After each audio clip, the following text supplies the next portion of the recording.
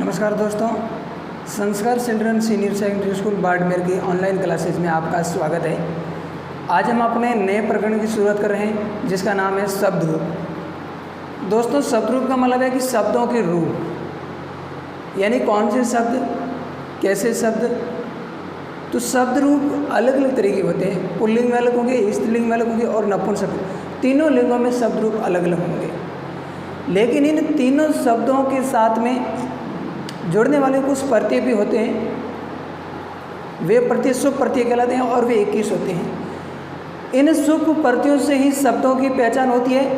पहचान का मतलब ये शब्द किस लिंग का है, किस वचन का है, उसकी पहचान नहीं होगी, बल्कि इसमें पहचान ऐसे होगी कि जो शब्द है इसमें कौन सी विभक्ति और कौन सा वचन है, उसकी पहचान के लिए इसमें प्रत्यय दिए गए, शुभ प्रत्यय जिनकी संख्या 21 है। और वे ये है सुवौ जस, अमौट सस, टाभ्याम बिस, ज्ञाभ्याम बिस, घसिभ्याम बिस, घसो साम, घी छु।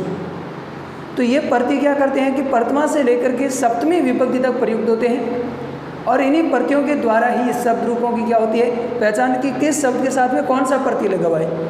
यानी मूल रूप से कि इस शब्द में जैसे सु प्रत्यय लगा है, सुऔजस, सुऔजस, इसका मतलब है कि प्रथमा विभक्ति एक वचन, प्रथमा विभक्ति द्विवचन और प्रथमा विभक्ति बहुवचन। ऐसे इनकी पहचान कराने के लिए ये प्रत्यय प्रयुक्त होते हैं। तो अब हम सबसे पहले बात करते हैं अकारांत शब्द की। सबसे पहले पुल्लिंग शब्दों की, फिर स्त्रीलिंग और फिर नपुंसकलिंग की। तो अकारांत में यानी पुल्लिंग में सबसे पहले हम अकारांत शब्दों की जानकारी प्राप्त करेंगे। अकारांत का मतलब होता है कि ऐसे शब्द जिसके अंत में अ हो, जिसकी अंतिम ध्वनि अ के रूप में निकले, वे अकारांत कहलाते हैं। अकार अंत यानी जिसकी अंत में अ हो वे अकारांत कहलाते हैं। और सबसे पहले जानिए कौन सा है अकारांत पुल्लिंग राम शब्द। राम, तो अंत में क्या है राम, राम अंत में क्या आ रहा है, आ रहा है, तो ये अकारांत है। तो यानी इस तरीके से सिर्फ एक राम शब्द नहीं, अनेक शब्द बना सकते हो। शर्त यह है कि उसके अंत में अ आना चाहिए और वो शब्द किसका हो, पुल्लिंग का। तो सारे शब्द इसी तरीके से चलेंगे। जैसे देखिए इसकी प्रथमा विभक्ति में क्या है, तो इसकी प्रथमा विभक्ति में है रामः, रामौ, रामः। द्वितीय विभक्ति में है रामम, रामौ, रामान। तृतीय विभक्ति में है रामेण, रामाभ्याम, रामई। अब एक बात यहाँ ध्यान देना कि मैंने यहाँ लिखा है रामेण, न आया है अंत में। ध्यान रखना कि जिस मैंने पहले आपको बताया था ऋषो व्याम नौण, एक सूत्र है ऋषो व्याम नौण। अगर किसी शब्द में क्या आ जाए र, री और स आता है तो उसके तृतीय विभक्ति एक वचन और षष्ठी विभक्ति बहुवचन में न के स्थान पर ण हो जाता है। जैसे अगर मैं शब्द बात करूं बालक शब्द की, बालक, तो बालक में बालकेन नहीं होगा बल्कि क्या होगा बालकेन, अंत में न आएगा। यहाँ न है और वहाँ न होगा, क्यों? क्योंकि उसमें र, री या स इनमें से कुछ भी नहीं आया है। तो आपको ये ध्यान देना है कि र, री और स कौन सा मूर्धन्य स, ये अगर कहीं आ जाता है शब्द में तो वहाँ पर न का ण बन जाता है, ये ध्यान रखना है। तो तृतीय में होगा रामेण, रामाभ्याम, रामहि। चतुर्थी में होगा रामाय, रामाभ्याम, रामेभ्यः। पंचमी में रामात्, रामाभ्याम, रामेभ्यः। षष्ठी में रामस्य, रामयोः, रामाणाम। सप्तमी में रामे, रामयोः, रामेषु। संबोधन हे राम, हे रामो, हे राम। अब ध्यान देना कि ये जो संबोधन विभक्ति है यह प्रथमा के अंतर्गत आती है। इससे पहले भी मैंने आपको बताया था जब हम उपपद विभक्ति पढ़ रहे थे, उसमें जब प्रथमा विभक्ति पढ़ी थी उसमें मैंने बताया था एक सूत्र संबोधने च या संबोधने प्रथमा। तो उसमें भी कि जो संबोधन में है वो प्रथमा में, जैसे यहाँ राम आया है तो यहाँ भी राम है, बस यहाँ विसर्ग लगा हुआ है और यहाँ विसर्ग नहीं है। यहाँ रामो है तो यहाँ भी रामो है, यहाँ रामा है तो यहाँ भी रामा है, आगे ये ने जुड़ा है हे। बाकी प्रथमा और संबोधन समान है। अब बस आपको ध्यान का रखना है कि मूल रूप से इनका ध्यान रखना है विसर्ग का और हलंत का, कि किस विभक्ति के किस वचन में हलंत है और कहाँ विसर्ग है। मूल रूप से आपको इसका ध्यान रखना है। बाकी आपको इसके अलावा ये जो स है, स का ध्यान रखना है। यानी एक तो ये स होता है और एक स होता है दंत्य स।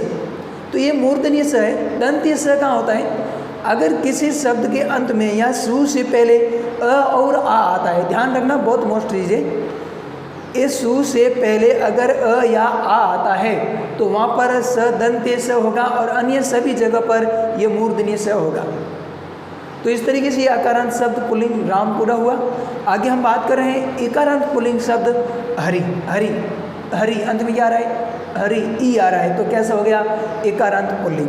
तो इसके रूप जानिए क्या है। प्रथमा में है हरि ही, हरि, हरयः। द्वितीय में है हरिम, हरि, हरिन, न हलंत, ध्यान रखना। तृतीय में हरिणा। अब यहाँ पर भी र आ गया है, तो ना के स्थान पर णा हो गया और यहाँ नाम के स्थान पर नाम हो गया। तो तृतीय में हरिणा, हरिव्याम, हरिभी। चतुर्थी में हरिये, हरिव्याम, हरिभ्य। पंचमी में हरे, हरिव्याम, हरिभ्य। षष्ठी में हरे, हरियो, हरिणाम। सप्तमी में हरो, हरियो, हरिषु। संबोधन में हे हरि, हे हरि, हे हरिया। तो इस तरीके से ये हो गया इकारांत पुल्लिंग हरि शब्द। अब इसकी तरह आप अनेक शब्द बना सकते हो, बस शर्त यह है कि वो पुल्लिंग का हो और उसके अंत में ई आना चाहिए। तो ये हो गया अपना इकारांत पुल्लिंग हरि शब्द। तो दोस्तों देखिए, जैसे मैंने ये राम शब्द लिखा है, इस राम शब्द की तरह आप भी अनेक शब्द बना सकते हो, जैसे बालक, छात्र, शिक्षक, अध्यापक, जनक, सिंह, अश्व, व्याघ्र, आचार्य, देव, कृष्ण, शिव, सूर्य, ईश्वर। इनके शब्द इसी की तरह चलेंगे। जैसे हम कोई शब्द एक शब्द ले लें, जैसे बालक शब्द है तो यहाँ राम है, तो राम के स्थान पर हो जाएगा बालकः, बालको, बालका। जैसे छात्र है तो छात्र, छात्रो, छात्रा। शिक्षक है तो शिक्षका, शिक्षको, शिक्षका। अध्यापक, अध्यापको, अध्यापका। कृष्ण, कृष्णो, कृष्णा। जनक, जनको, जनकः। सिंह, सिंहो, सिंहा। मृग, मृगो, मृगः। अश्व, अश्वो, अश्वा। सभी के एक समान ही चलेंगे, बट सिर्फ आपको ये सब ध्यान रखने हैं। जैसे शिव है तो यहाँ द्वितीय हो जाएगा शिवम, शिवो, शिवान। समान है, कुछ भी चेंज नहीं है। और जैसे हरि शब्द है तो हरि के समान चलने वाले कुछ शब्द हैं, जैसे मुनि, कवि, अरि, अरि कमल होता है शत्रु, ऋषि, विधि, गिरि यानी पर्वत, अग्नि, ध्वनि, निधि, रवि, नृपति, अतिथि, सारथी, धी नहीं है, सारथी है यहाँ पे। तो इन सभी शब्दों के रूप इसी के तरह ही चलेंगे, कुछ भी फर्क नहीं है। जैसे मुनि शब्द की बात करें तो यहाँ हो जाएगा मुनि ही, मुनि, मुनिय। कवि है तो कवि ही, कवि, कवय। अगर रवि है तो रवि, रवि, रवि। अतिथि, अतिथि है तो अतिथि ही, अतिथि, अतिथय। ऋषि है तो ऋषि ही, ऋषि, ऋषि है। अग्नि है तो अग्नि, अग्नि ही, अग्नि, अग्निय। इसी की तरह ही है, कुछ भी परिवर्तन नहीं है, बट ये जो शब्द है जैसा यहाँ उतार देना है। और हरि है तो जैसे ध्वनि है तो ध्वनि, रवि है तो रवीणा, हरिये तो रविये, इसी प्रकार होगा, कुछ भी परिवर्तन नहीं होगा। आगे हम बात करेंगे अब इकारांत पुल्लिंग पति शब्द की। पति शब्द के रूप है वो कैसे चलते हैं, वो इनसे थोड़े बेन चलते हैं, ध्यान रखना। ये हरि है और वो पति, वो भी इकारांत है और ये भी इकारांत है, लेकिन वो थोड़ा परिवर्तन है। तो जानिए उसके क्या रूप है। तो जानिए दोस्तों, इकारांत पुल्लिंग पति शब्द के रूप। पति भी इकारांत पुल्लिंग है और हरि भी इकारांत पुल्लिंग है, लेकिन थोड़े रूप इसके परिवर्तन है। तो क्या है जानिए। इसकी प्रथमा विभक्ति है पति, पति, पतयः। द्वितीय में है पतिम, पति, पतिन। तृतीय है पत्या, पतिभ्याम, पतिभि। वाता हरिणा और यहाँ है पत्या। चतुर्थी पत्ये, पतिभ्याम, पतिभ्य। पंचमी पत्युः और वाता हरे, पत्युः, पतिभ्याम, पतिभ्य। पत्युः, पत्युः, पतिनाम। सप्तमी है पत्यो, पत्युः, पतिषु।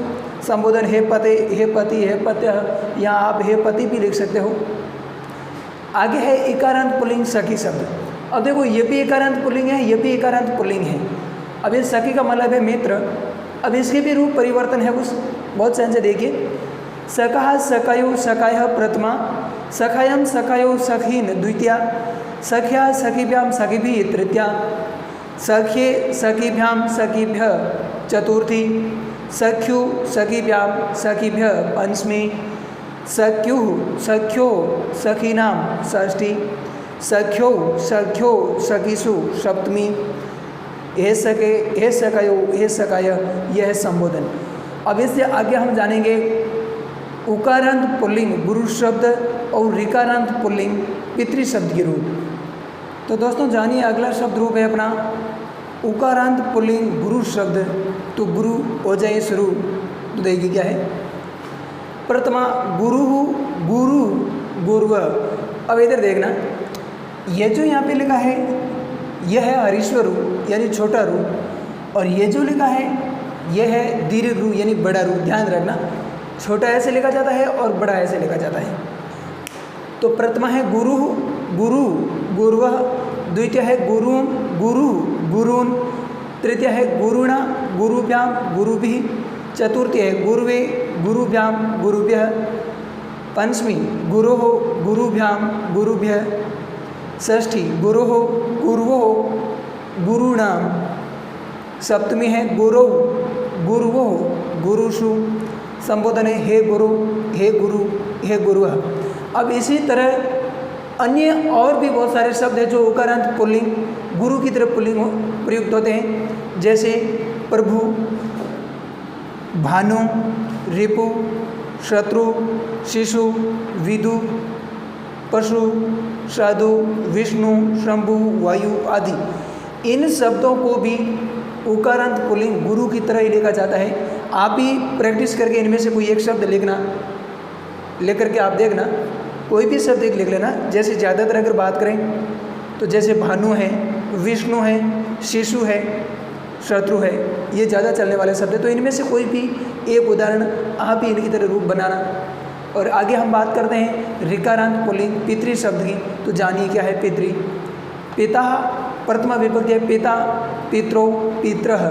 द्वितीय है पितरम, पितरौ, पितॄन्, ये दीर्घ है, ध्यान रखना। आगे तृतीय है पित्रा, पितृभ्याम, पितृभिः। चतुर्थी पित्रे, पितृभ्याम, पितृभ्यः। पंचमी पितुः, पितृभ्याम, पितृभ्यः। षष्ठी पितुः, पित्रोः, पितॄणाम। सप्तमी पितृ, पित्रोः, पितृषु। संबोधन हे पिता, हे पितरो, हे पितृ। अब इस तरह और अन्य शब्द जो ऋकारांत पुल्लिंग में आते हैं, जैसे जामातृ, भ्रातृ, नृ। जामातृ का मतलब जमाई होता है, तो इनके रूप इसी की तरह चलते हैं, कोई परिवर्तन नहीं है। तो इस तरीके से अपना ये शब्द रूप का पहला भाग यानी पुल्लिंग जो शब्द रूप है वो पूरी होगी। यूँ तो पुल्लिंग के अनेक सारे बहुत सारे शब्द हैं। अब मैंने ज़्यादातर अकारांत, एकारांत, उकारांत और ऋकारांत लिखे हैं। इनके अलावा एकारांत, ऐकारांत, ओकारांत, औकारांत भी शब्द होते हैं। लेकिन अगर मैं बात करूं कक्षा 6 से 10 के लिए, तो उनमें ज़्यादातर अपने यही शब्द पुल्लिंग के प्रयुक्त होते हैं। जो आने लायक है वो मैंने आपको बताए हैं। अब आगे बात करें हम इकारांत, यानी ये पुल्लिंग शब्द हमने पूरे हो गए। आगे हम बात करेंगे स्त्रीलिंग शब्दों की। तो स्त्रीलिंग में पहला शब्द अपना होगा आकारांत स्त्रीलिंग रमा शब्द या बालिका शब्द, यानी आकारांत स्त्रीलिंग से हम शुरुआत करेंगे।